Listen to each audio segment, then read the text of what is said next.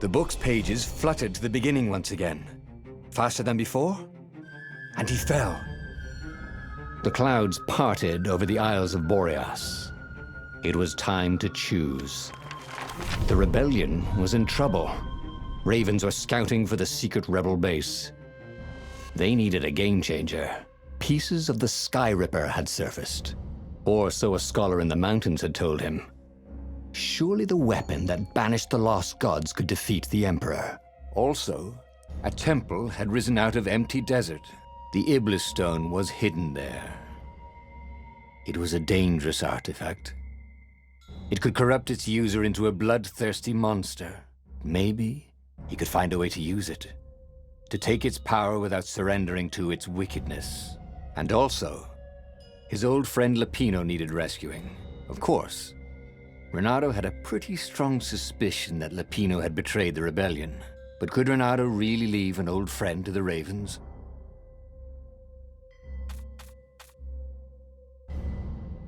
Every child knew about the Sky Ripper. The Transcendent Emperor had buried its pieces. What could have brought them to light? This Emperor, Isengrim III, had once been kind, but he'd gone mad. And now he was conducting secret, obscene rituals to bring back the lost gods. Had he, somehow, summoned the long-lost components of the legendary weapon out of the deep places of the earth? It was more than Reynardo could fathom. But if he could find a legendary weapon, he would use it.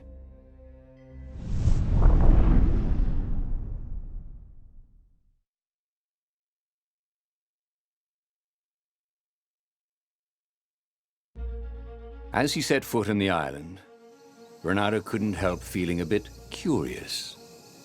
Was Lupino still waiting to be rescued? No. He was probably drinking champagne with the ravens. Did ravens drink champagne? Did rabbits? Reynardo felt oddly thirsty, come to think of it. Why had he chosen the Sky Ripper?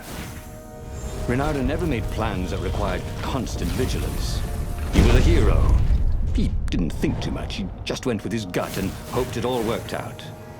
The Sky Ripper was a long shot. He'd have to devote himself to it. No side journeys, no rescuing old friends. That was against his nature. Could he stick with it?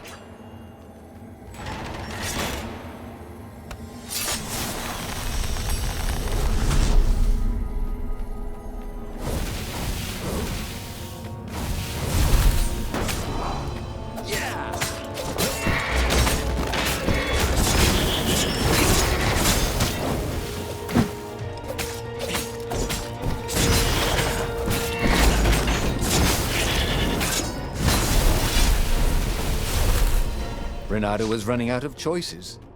Zenobia's love brought him only sorrow. His best friend was his enemy. And the Iblis stone, he shuddered. Best not to think about it. All that was left was the Sky Ripper, a weapon powered by a god's eye.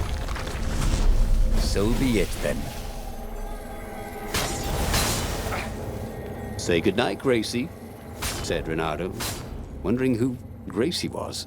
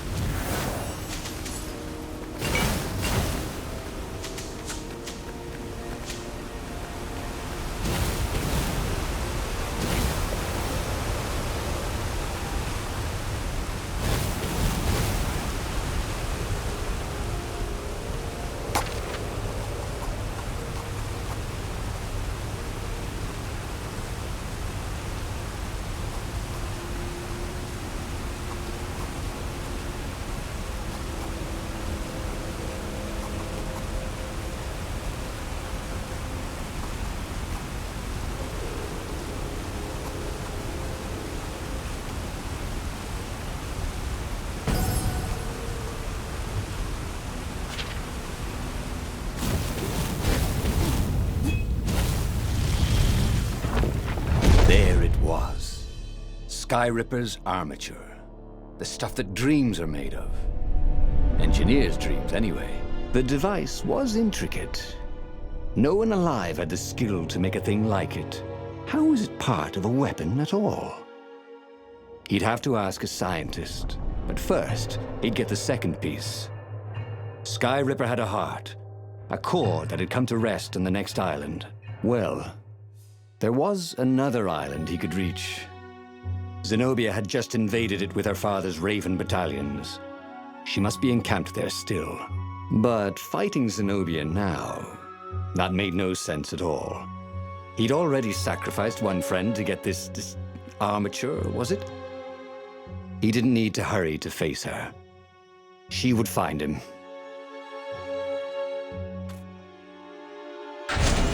It was a no-brainer. He'd sacrificed his old friend Lapino to get the armature.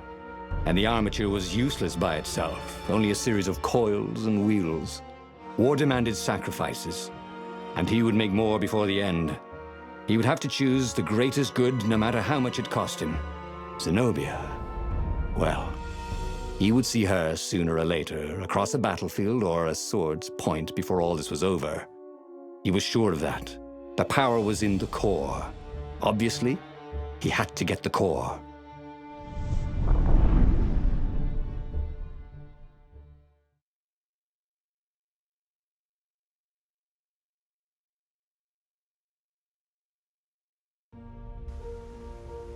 He looked up at the old trees around him. They were so big and so old. They'd been there before he was born, and they'd be there after he'd passed into legend. Was he confronting his own unimportance? What had got into him? He was no philosopher. Anyway, who cares? He was plenty important. He was a hero, and soon he'd prove it.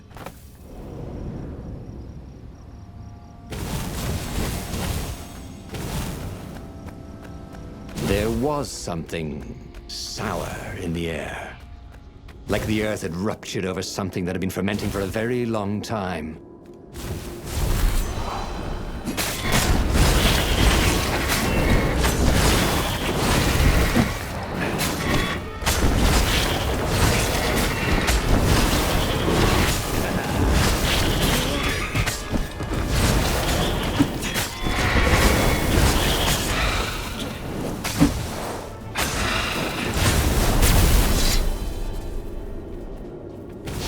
There were fewer and fewer trees. There were only these huge crystalline growths. Had those been here before? He no longer heard birds except for the feverish cawing of the ravens when they attacked. He couldn't smell the small animals of the forest, the mice and rabbits. Where had they gone? And he was getting hungry too. This was an unhealthy place to be.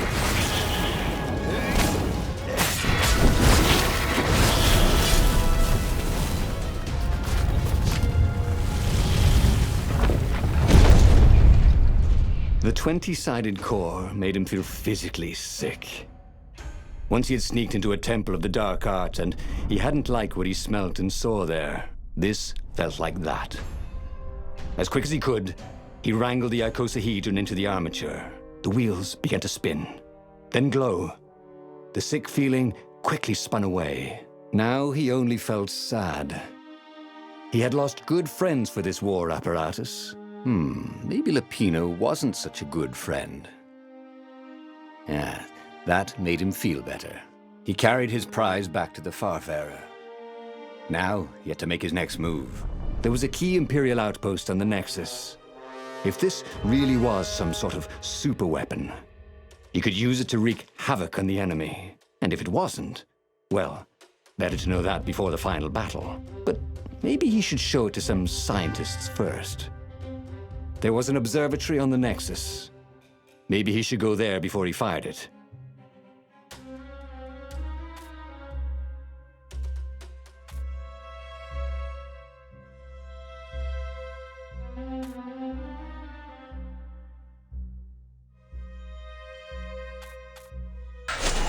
Reynardo had never been much of a student. At Swordfu School, he'd never read the books, just looked at the pictures. I'm Zenobia. But weapons he understood. His gut told him that the Skyripper would work great. He would use it to take out the Imperial outpost. And what's the worst that could happen? The thing wouldn't work, and then he'd take it to the scientists. Right? Exactly.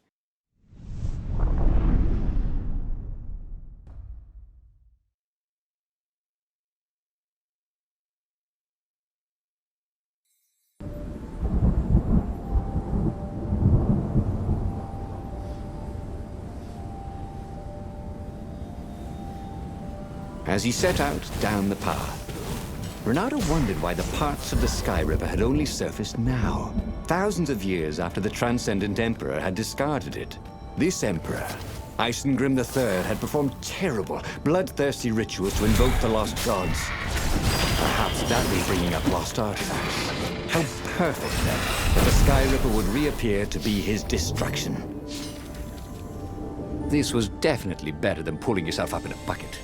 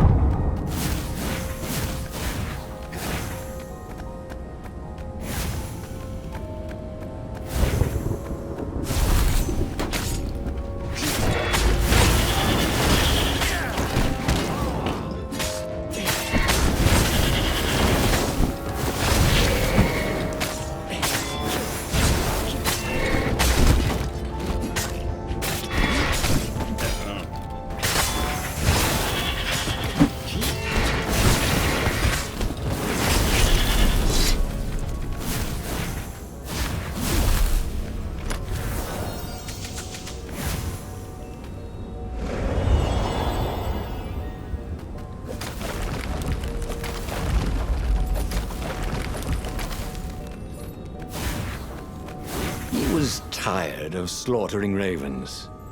Maybe it was time to test out the new weapon. He turned a knob on the Skyripper. It made strange, mechanical noises. The wheels spun faster. It began to hum. The Skyripper was following his every step. At least it acknowledged him as the master. But there was no trigger. How was he supposed to fire it? Fire, he said. Nothing happened. Well, maybe it just needed to warm up. After all, it hadn't been fired in thousands of years.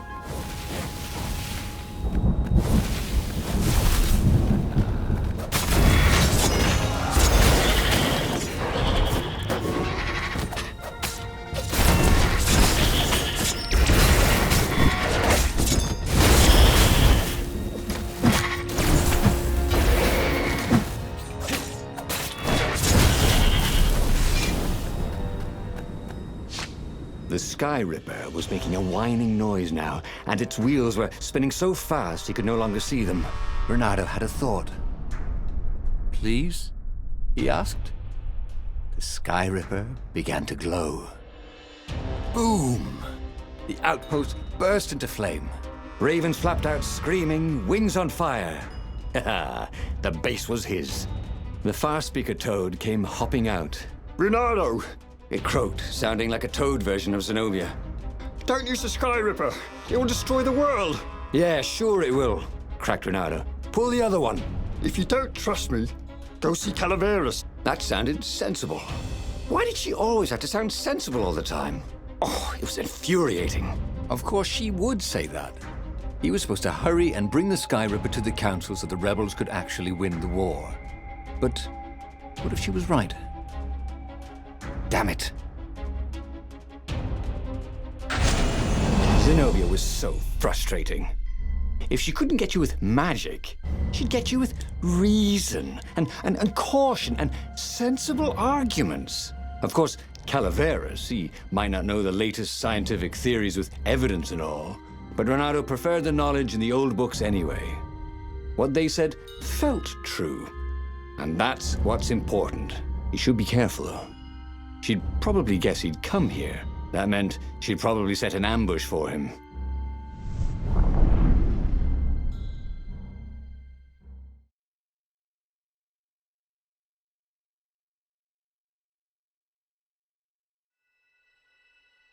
Reynardo landed on the island, expecting Zenobia's ambush at any moment. God, after all these years, she still drove him crazy. Unless they were part of the ambush, the obvious reasons he was meant to see to take his mind off the ones he wouldn't. There did seem to be a lot of ravens around here.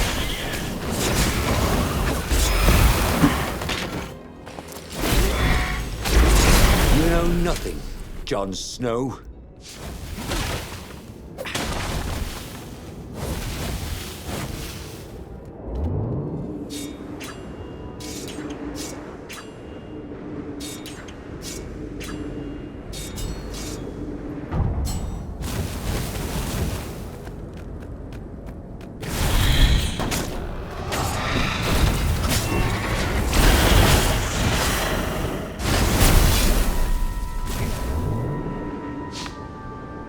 There was an inscription on the platform.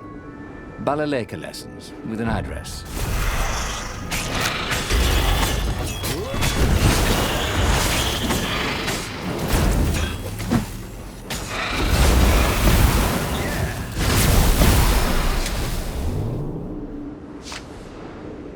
Zenobia's ambush never materialized. Could she be sincere? Calaveras was a great scholar. Reynardo doubted even Zenobia could convince him to say something he didn't believe. He was working for the Empire. He'd never have told Reynardo about the Sky Ripper in the first place. He would listen to the wise old toad, but that didn't mean he had to agree.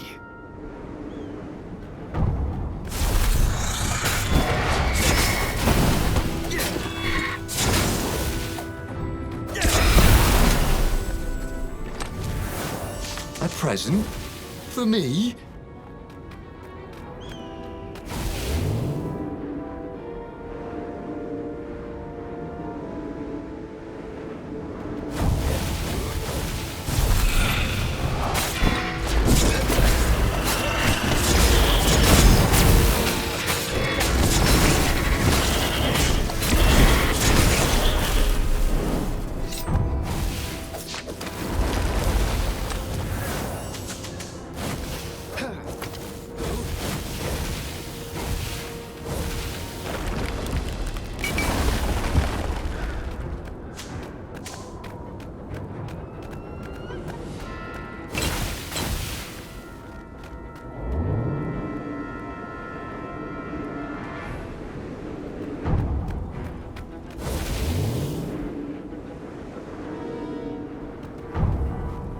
To his alarm, Reynardo realized that the rebels had no way of knowing he had a powerful new weapon.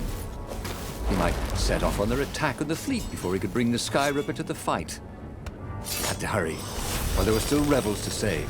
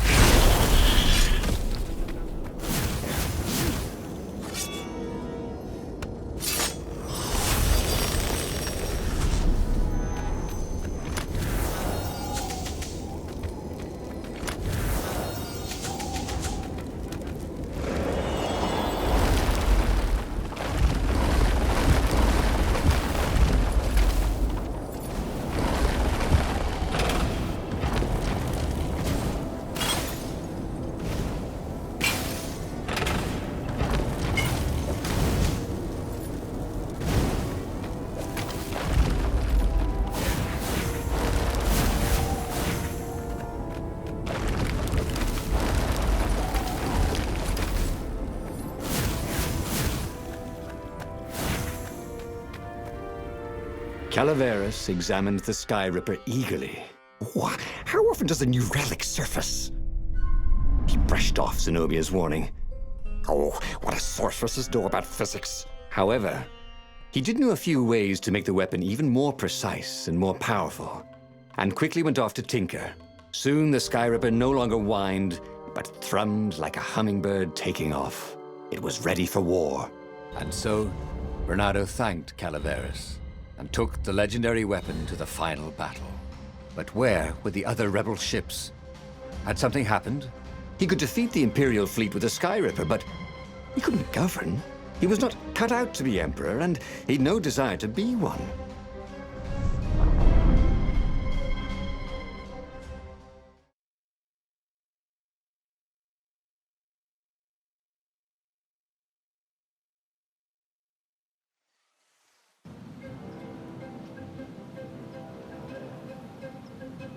There were a few rebel ships here and there, but there was no organization to the battle.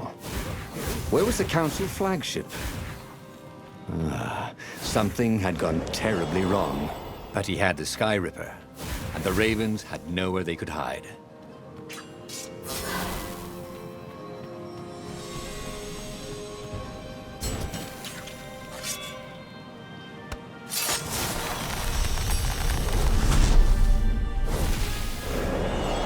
There it was again.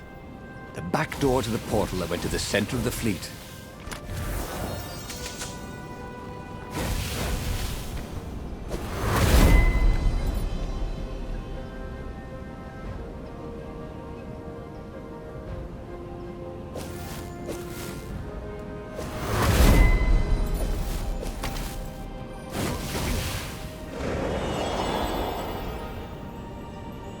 Council speaker was on the deck, bleeding.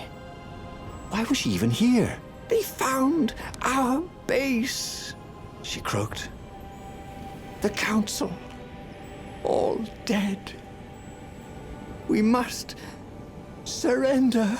No, we can still win this, said Reynardo. I have the Sky Ripper. He would be a real hero and save the day, even when all appeared to be lost. You're a good boy, said the speaker, and then she died.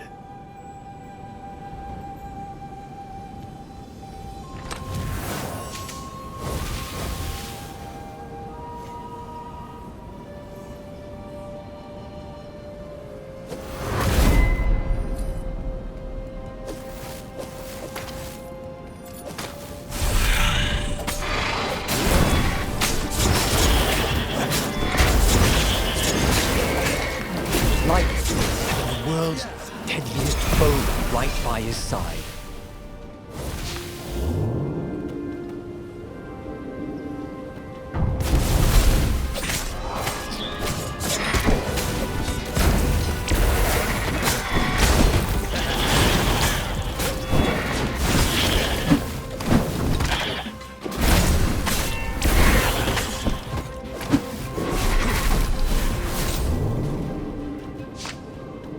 Oh, they really ought to put a railing on this thing, I thought.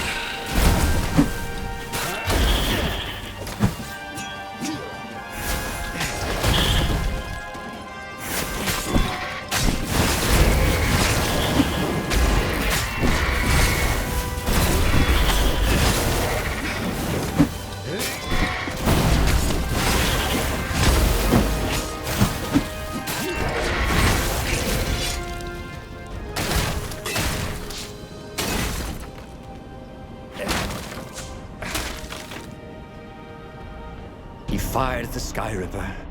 With a tremendous whoosh, the Emperor's flagship went up in flames. And for good measure, He played the beam around it, setting all the other nearby Imperial ships on fire too. And he watched them burn. The few remaining rebels gave a cheer, and then they stopped cheering. There was a hole in the air, a blackness like a tear in a parchment. Wind was blowing into it, widening it. It grew larger. Crates were falling off ship decks, upwards into the hole, and the world itself seemed bent, like the reflection on a curved mirror as it poured into the ravenous hole. He guessed that somewhere behind that ever-widening hole were gods that had long been exiled. But it didn't really matter. Time was done for here, and soon it was. He should go back to some of the choices he'd faced before.